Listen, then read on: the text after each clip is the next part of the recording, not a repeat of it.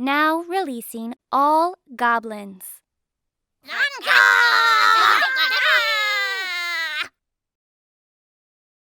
Hey gang, using the promo code MTGMudsta, one word, all caps, will get you 10% off orders of $10 or more at Flipside Gaming, Original Magic Art, and orders of singles at Multizone.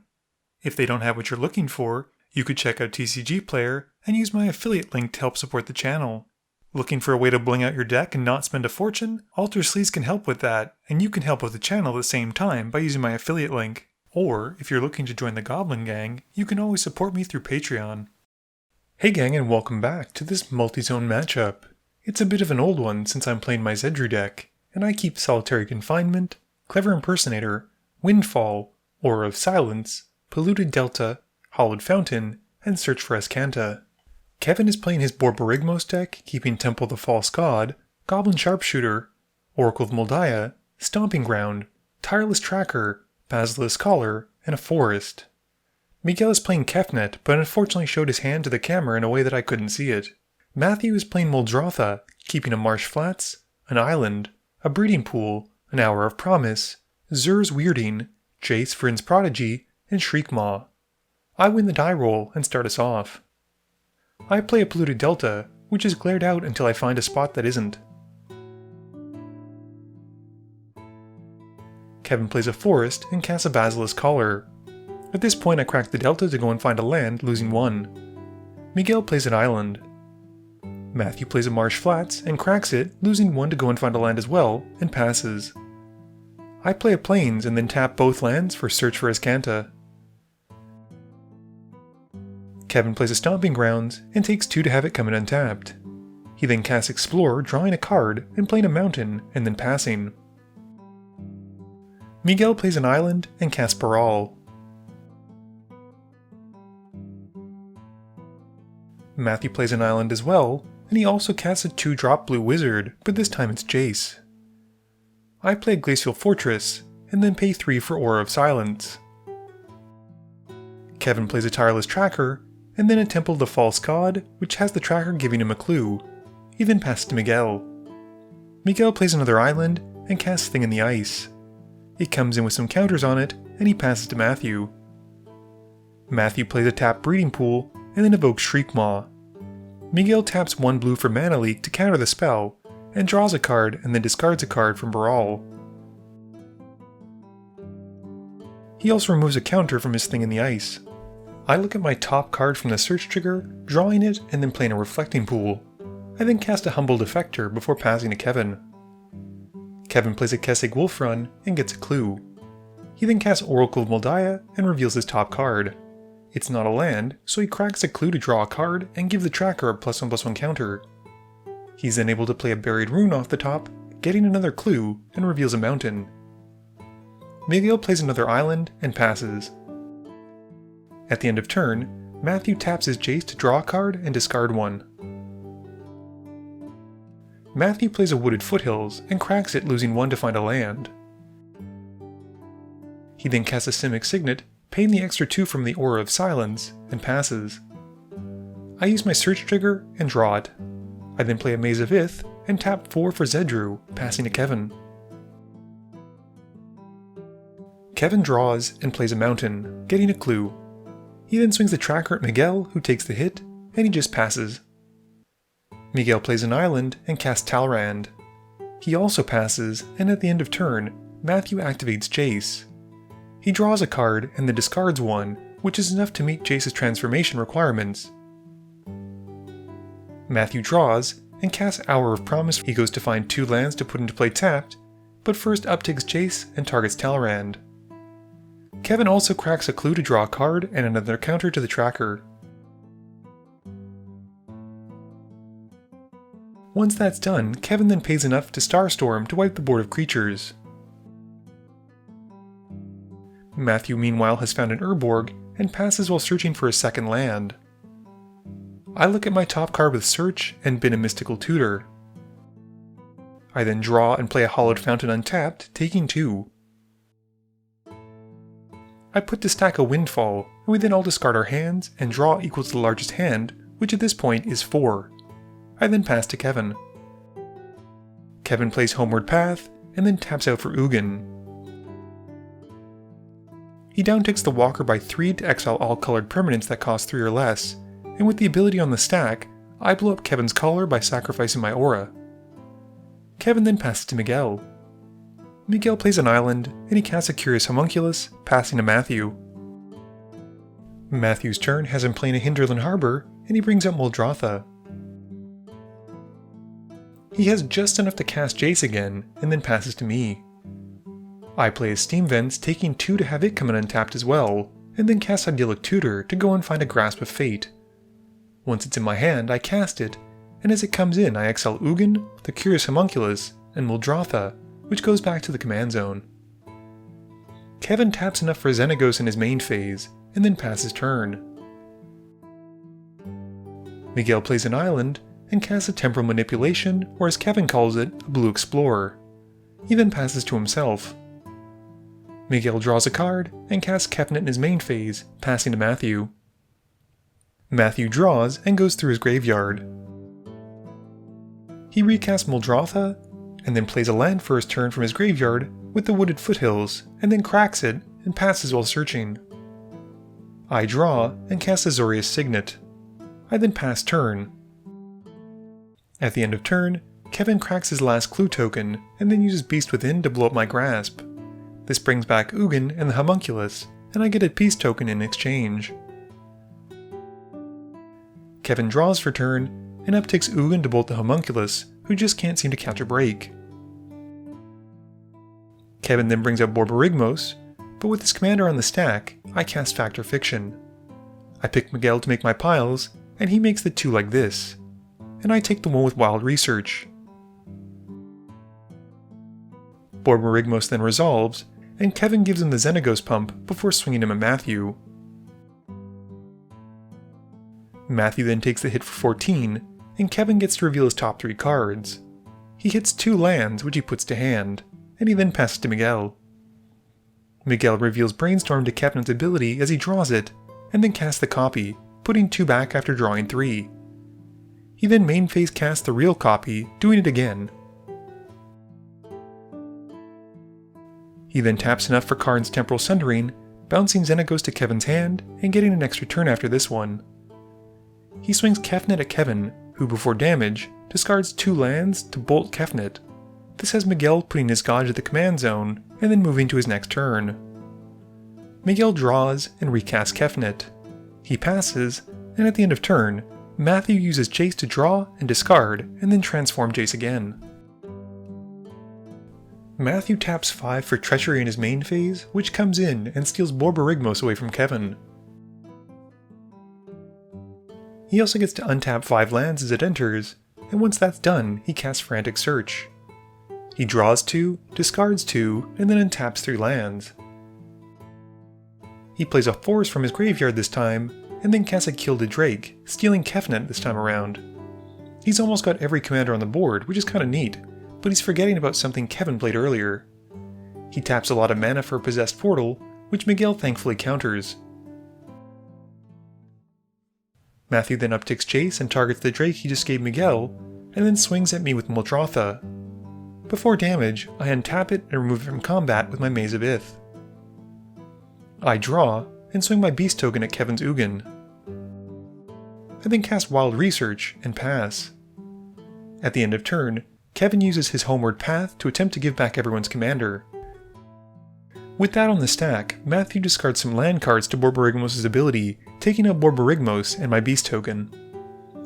Kevin plays a Windswept Heath and recasts Xenagos. He then upticks Ugin to bolt the Gilded Drake, and then cracks the Heath, losing 1 to go and find a land. He shortcuts first though, casting a Green Sun Zenith where X is 5, and goes to find a creature and a land at the same time. He puts to field Titania, who upon entering, brings back the Heath again. Moving to combat, Titania gets the Xenagos pump, and she swings at Matthew. Matthew decides not to block and just takes the hit. Miguel's turn is very quick as he draws and swings Kefnet at Jace. He then passes turn. Matthew goes through his yard again and recasts Treachery. He targets Titania with it, and in response, Kevin uses Edge of Autumn's cycle ability by sacrificing a land, and also sacrifices his Windswept Heath. He gets 2 tokens with Titania, draws a card, and goes to find a land.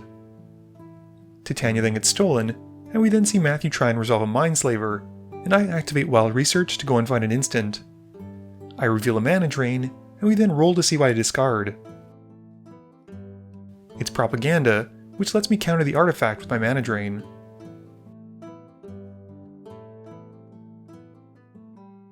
He then casts a Pernicious Deed from his graveyard, and activates it for 0 to take out Kevin's tokens. We then see the inevitable return of the Drake, and Matthew steals Kefnet from Miguel. He then upticks Jace again, and goes at me with Muldrotha. He's hoping I forget to use my maze, but I don't. I get 6 mana from my mana drain in my first main phase, and use some of it to activate Wild Research. I go look for an enchantment, and reveal Sunbird's Invocation, and we roll to see what I discard. We realize that Matthew couldn't have used the deed since he'd already have cast Treachery, so we roll that part back quickly. I then roll and discard Cyclonic Rift. I then use a red land and more mana for Sunbird's Invocation, which surprisingly resolves. I then put to stack a Supreme Verdict, and resolve my Sunbird trigger, keeping my Chromatic Lantern from my top 4. I then wipe the board and pass to Kevin. Kevin casts an Artisan of Kozilek in his main phase, and brings back a Tali. He then moves to combat, giving the dinosaur the pump with Xenagos, and swings it at Matthew. After declaring an innocent attacker, we each exile our top cards, and Kevin hits Helm of Obedience from me, and Garruk Wildspeaker from Matthew as cards that he can cast, which he does. Matthew then takes the hit. Kevin then moves to a second main phase and upticks Garruk to untap some lands, before upticking Ugin to do enough damage to take Matthew out. Miguel draws and plays an island, passing. I untap and draw, activating Research again to go and find an enchantment. It's a Detention Sphere, and I roll to see what I'm going to discard. It's thankfully just plains. I then cast Wrath of God and get my Sunbird's Invocation trigger. From my revealed cards, I keep Smothering Tithe, and then drop Detention Sphere, getting another Sunbird's trigger. I keep the Rhystic Study from this one, and the sphere comes in to exile Ugin. At the end of turn, Kevin uses the Helm to mill Kefnet off the top of Miguel's library. Miguel has Kefnet go to the command zone instead, which we all agree he can do because of our interpretation of Rule 903.11, without triggering the Helm's second ability. Kevin draws for turn and lets me have a treasure. He recasts Borborygmos and doesn't pay the study tax, which has me drawing 1. He plays a Cinder Glade, and then moves to combat, giving Borborygmos the Xenagos pump.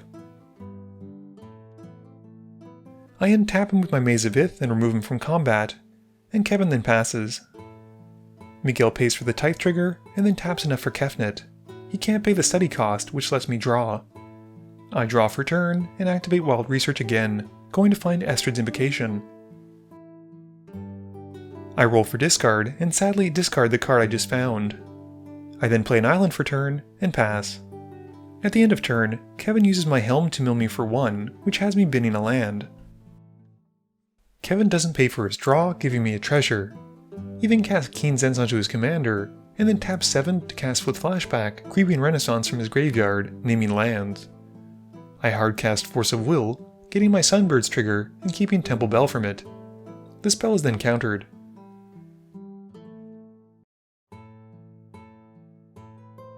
Kevin then pumps Borborygmos with Xenagos again and swings it at Miguel, but I untap him anyway to keep him from getting lands, and we then pass to Miguel's turn.